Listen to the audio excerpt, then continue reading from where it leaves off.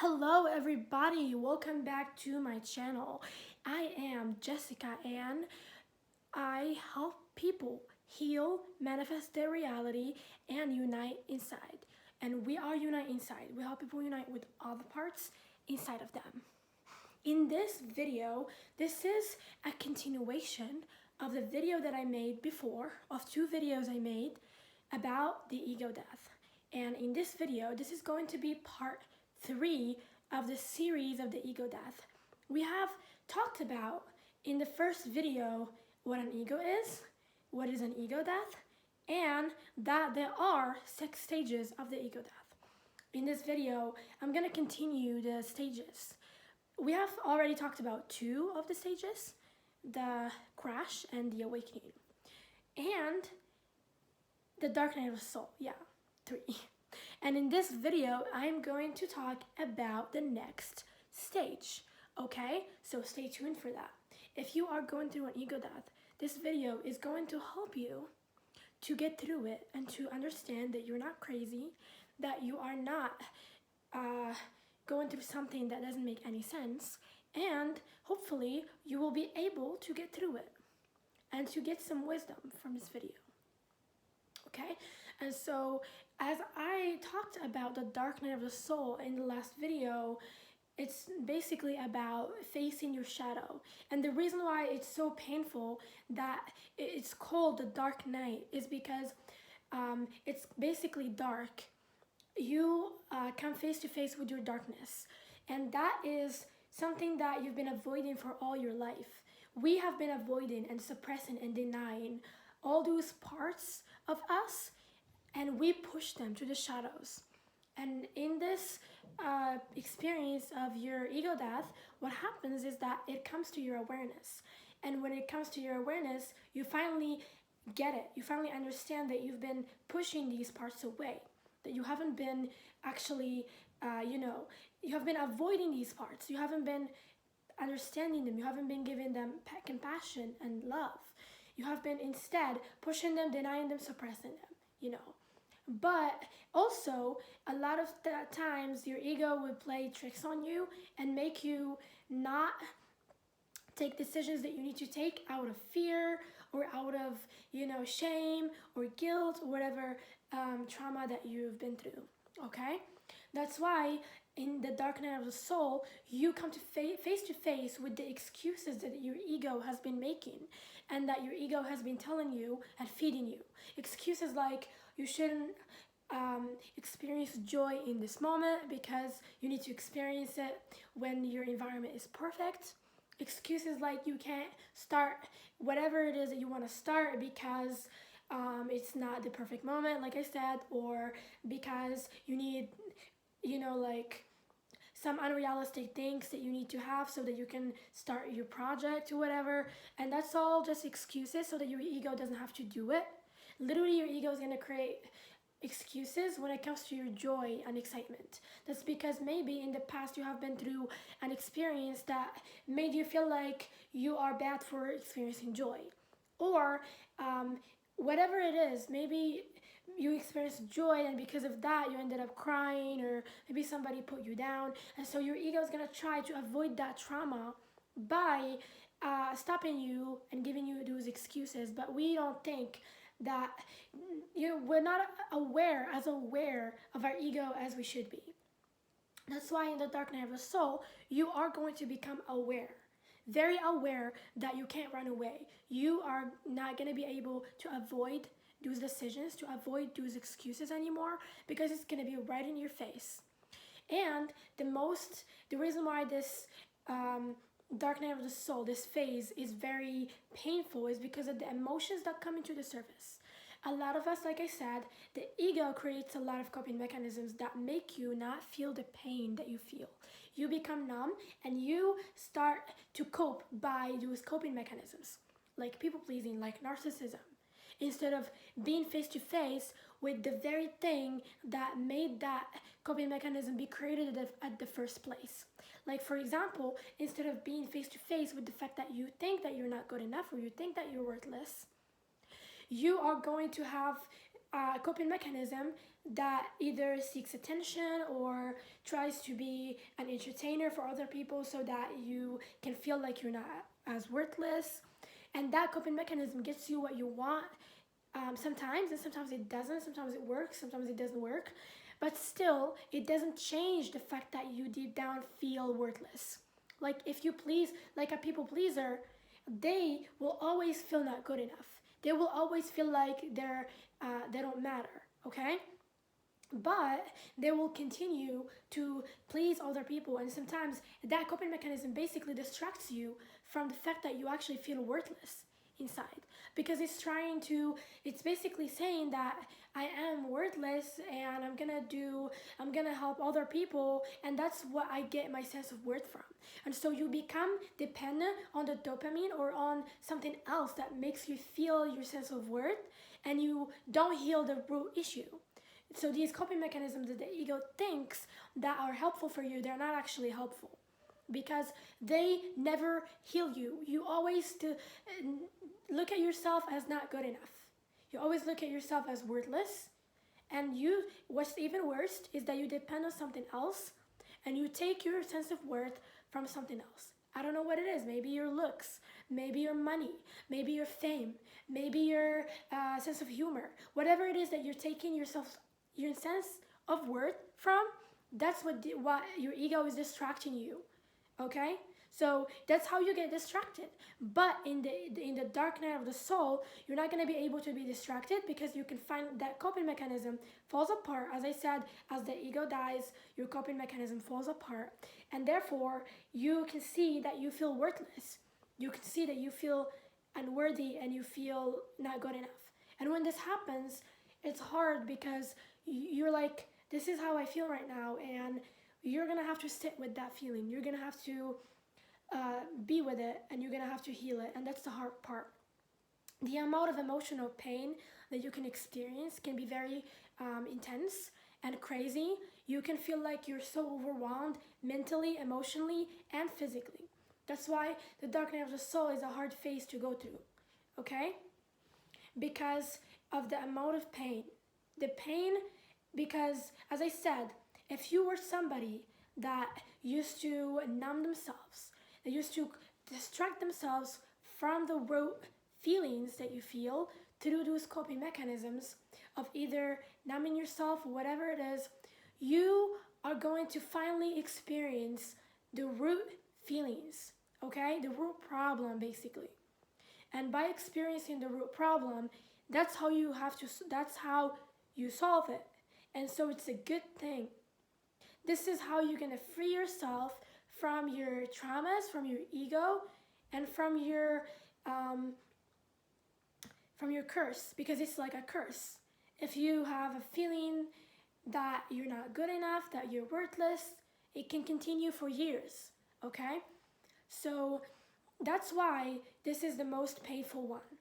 But as soon as you start, this could last for as long as you want it to last, because it will last for as long as it takes you to start your healing process, okay?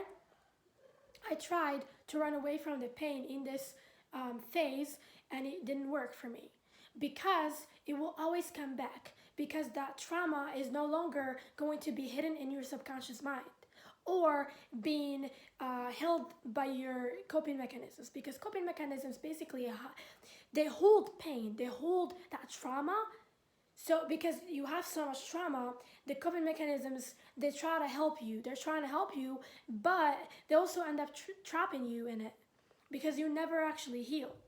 And so what I'm saying here is being able to experience that pain and that trauma without any coping mechanism, without anything that will stop it from being experienced by you.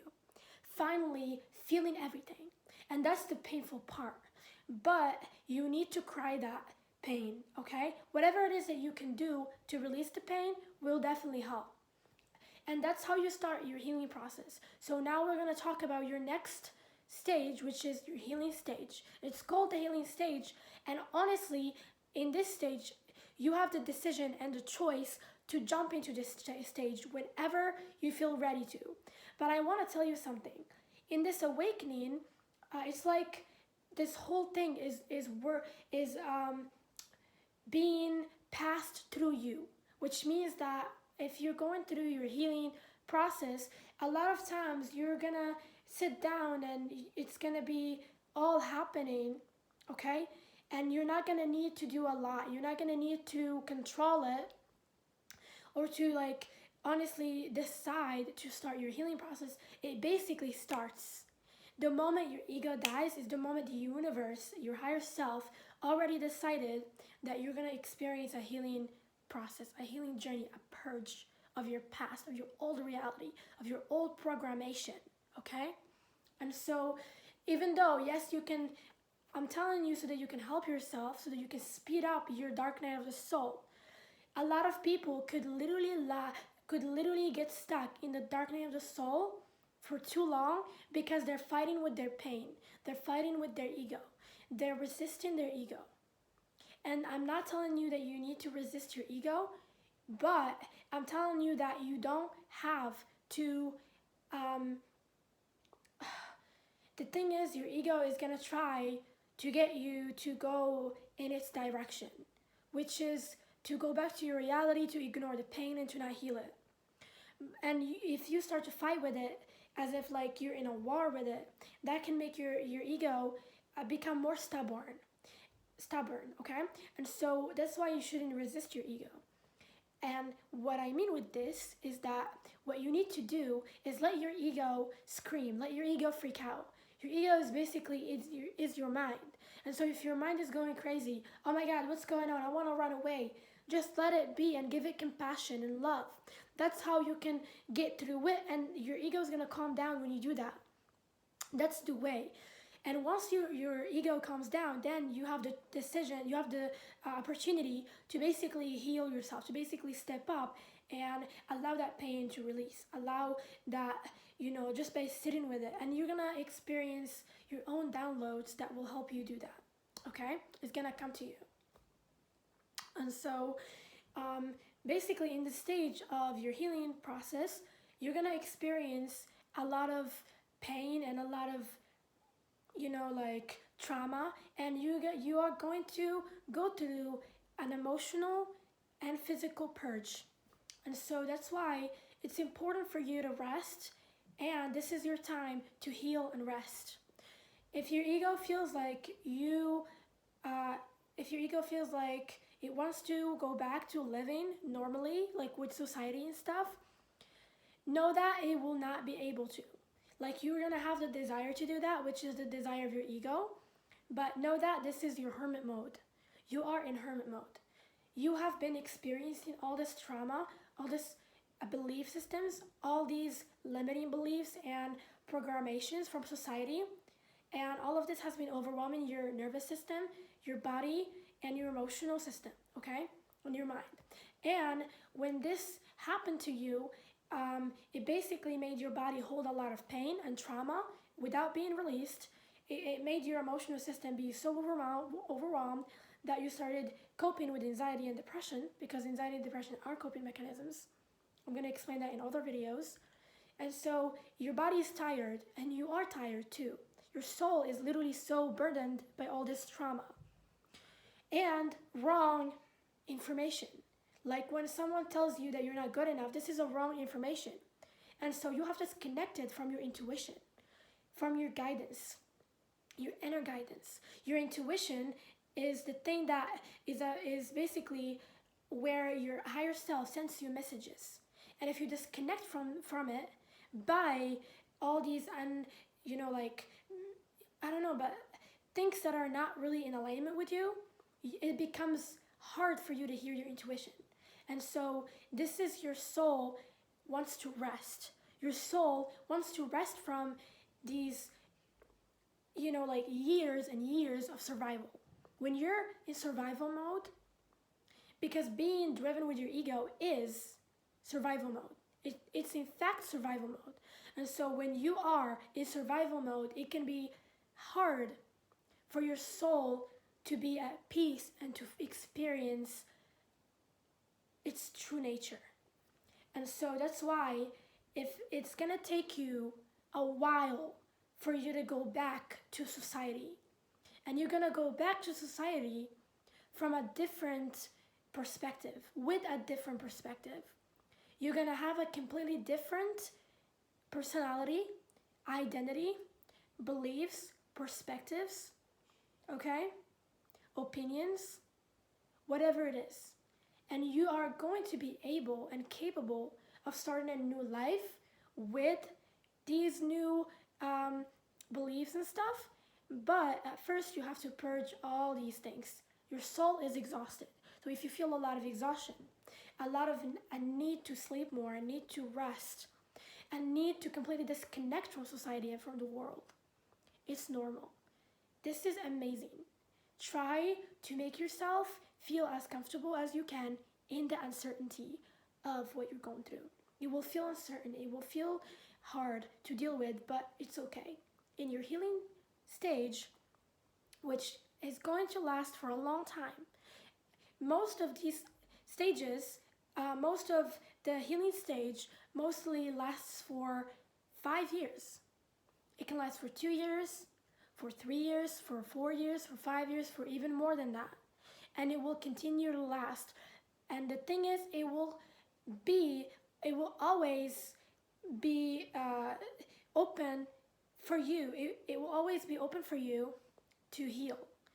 Okay, so even when you reach a point where you're like, I feel stable, I feel like I have created a new self now, I'm ready to shine, I'm ready to start my life, you are still going to continue to heal. So the healing is never really going to stop, but for you to get out of hermit mode is what I'm talking about, because in the healing stage, we're actually talking about hermit mode, where you're getting into your little, like, it's like a butterfly, right? So you're basically like a caterpillar that's about to become a butterfly. And so this is your time to become a butterfly. So what I need you to do is allow yourself to rest and heal. For you to heal, you need to be able to sit with your pain, let it be released, cry it out. You can even journal, come face to face with whatever you feel and however you feel. Okay, don't judge yourself. Don't make yourself feel like you are not in the right place, or like you need, because if your ego is telling you this, if your ego is telling you that you're not where you need to be and that this is overwhelming and bad, you have to remember that there is a purpose to what you're going through. There is a purpose to this journey, okay? So in the healing stage, you're going to have to heal, okay? And for me, I started healing my shame by feeling it, by coming into face to face with it, because a lot of times when we experience shame, we want to completely shift our awareness away from that shame. We don't want to feel ashamed. We hate the feeling of shame. But I need to tell you that if you feel that shame, if you allow it to come to the surface, and if whatever it is that triggered it, for example, in your reality, if somebody triggered you and you felt ashamed, don't run away. Just allow yourself to stay with that shame, and that will allow you to understand your shame more and allow it to be released. Be with yourself. Like, for example, this is what I did. I would hold myself like this while I'm feeling the shame, and I would give myself compassion and love. I would tell myself, it's okay, I love you, you don't have to be ashamed of this. And also, whatever I am ashamed of, I started opening up and becoming vulnerable, because in this time you will become very vulnerable, because it is the time to heal your emotional wounds. And so your heart is going to open up. You will feel the need to, to form connections or to express yourself, and it's going to be okay for you to do that. Yes, it's okay for you to do that. So allow yourself to release that shame by talking about it. You can talk about it even if you feel embarrassed, your face is turning red, you can still talk about it, because this is a method that you can do to release shame, is that the more you talk about it, the more that shame will become less shameful. Because I need to tell you this, if you normalize the things that you're ashamed of, you are going to experience the opposite of shame, which is acceptance. And that's the reason why your shame wasn't being healed yet, is because you always run away from it. You never sit with your shame. So this is for shame. I actually listen to things that make me feel shameful, and I would feel the shame and I would come face to face with it. A lot of times that feeling of shame hurts, because it is actually a deep judgment towards the self. It's like we're saying that there's something wrong with us, and that's why it might hurt. And so sit with your shame while reminding yourself of the fact that you love yourself, okay? And same for guilt. Guilt needs to be, for it to be released, you need to understand yourself. And I feel like you're gonna go through the same thing I'm going through, because when it comes to guilt, I was able to understand myself. I was able to get into a point where I'm like, I understand why I did what I did. And I could have some empathy. Because the opposite of guilt is empathy. If you have empathy for yourself, you won't feel guilt. Okay? Because then you have compassion and you forgive yourself when you do that. And compassion happens when you understand yourself. The moment you understand, because whatever you understand, you can't feel that you can't judge. And guilt is a judgment towards the self. Guilt is saying that I am bad. And that's a judgment. But if you get into the roots of why you did what you did, and you can understand that you were at a place in your life where you didn't really have a lot of awareness, and then you can forgive yourself and let yourself go. You know, let yourself free. Set yourself free. Okay, and so I'm talking about a little bit of some healing techniques that you can use, because that's how you heal in this stage. And it will last as long as it lasts, and that's okay. And the thing is, there is another phase that comes after the healing stage. It's where you have been healing a lot, but you haven't healed enough. So like basically you need to heal more. And in this stage, you could feel a little bit lost, because you kind of feel ready to like show who you are, that you are a butterfly, but still there are some things that you haven't like understood yet about yourself, about your new self that's being created. And so that's why it's going to be a little bit hard for you to get through this phase. And this phase is the next phase, and it's called the void. The void is a very interesting phase that people will find themselves in. It could feel very confusing, because like I said, you have healed, and not completely, but you feel restless. You could feel a lot of restlessness. You could feel like you want to move, you want to get out there. And honestly, in your ego death in general, your whole life is going to change. Maybe in that duration of your ego death, you are going to experience maybe like you're gonna make some decisions, like for example leaving your partner or moving to a different place, or a lot of people decide to get out of their jobs, like, you know, quit their jobs and stuff. Or yeah, you're gonna feel like that because you no longer resonate with these things. Your new experience is showing you a different direction, and so you're no longer resonating with your job and your partner, okay? Maybe because you remember your sense of worth, and then you decide that your partner doesn't know your worth and you decide to leave them. Or maybe your partner leaves you, because a lot of things will happen during your ego death that have to trigger you to heal more. And so yes, that could happen, you know? So that's why now that you have left your old life, like for example leaving your job, whatever happened to you, you're gonna have to create a new one. But now you're gonna feel like you are in between your old life and your new life. That's why this phase of the void is very hard. It's because it feels like you are in between two worlds. Your old world that you have released and purged from your body and from your emotional system, that you're still purging, okay? And it will feel like you are no longer in your past, you're no longer your past self, and that you don't want to be that past self, and you're moving into a different life. But something really painful is gonna happen, is that you haven't fully created your new self yet. You're still discovering in this healing process, you're still discovering who you are, your new self, who your new self is. What are your new hobbies? What are your new interests? What do you want to do with your life? Okay? So for me, I used to want different things before I started my healing process, but because my healing process helped me to release my old desires, to like some, I don't know, like if I wanted something that wasn't in tune with my soul, I released it. And so I didn't know who I am. What is the new me? Who is the new me? Okay? And so I was like just creating my new me. I was desiring new things, desiring bigger things, things that have something to do with my soul, things that fulfill me on a soul level. And that's what you're discovering in this journey.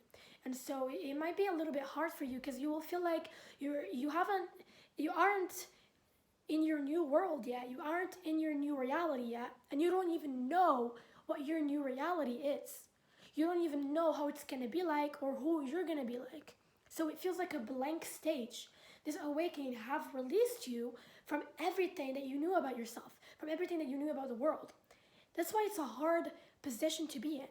It could feel restless, like I said. It could feel like you want to move, but you can't because you don't know what to take action on. It could feel like you want to go back sometimes to your past or whatever. But honestly, in this stage, I don't think that you will feel like going back that much because you have released a lot of your past.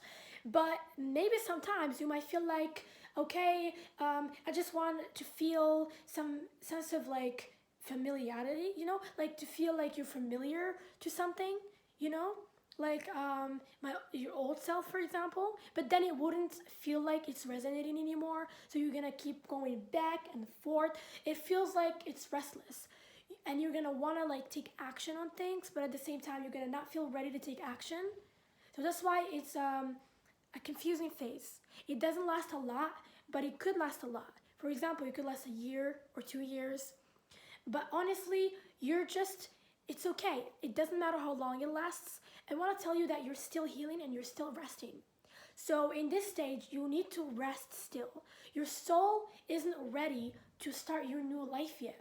And so when you get into this stage, when you get into this phase, you have to be okay with it. Okay with the uncertainty, okay with the fact that you haven't discovered yet, and instead, yourself yet, and instead, be curious. Be like a child. When you come into this world for the first time, you don't know who you are. You don't know what you want to be or who you're going to be in the future. But kids are very excited about the future.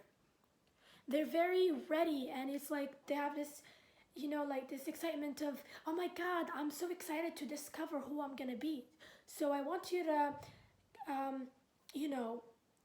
approach it with this attitude of curiosity, okay? Be curious about your future self.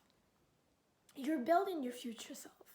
And because you're building your future self, it will feel,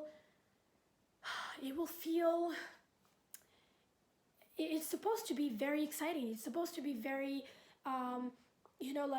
like a fun thing that you're discovering, okay? And so in this stage, it's kind of a hard thing to go through. It's kind of a hard phase to experience. And I want to tell you something about this phase too, is that the reason why you're going through it is because you are still purging and releasing, and because your body and your mind and your soul wants to take as much time as it can for it to be in hermit mode. And so I want to tell you, if you're in the void stage, you're still in hermit mode, okay? You're still in hermit mode, which means that you haven't became a butterfly yet, and you have to allow yourself that. And so rest more, heal.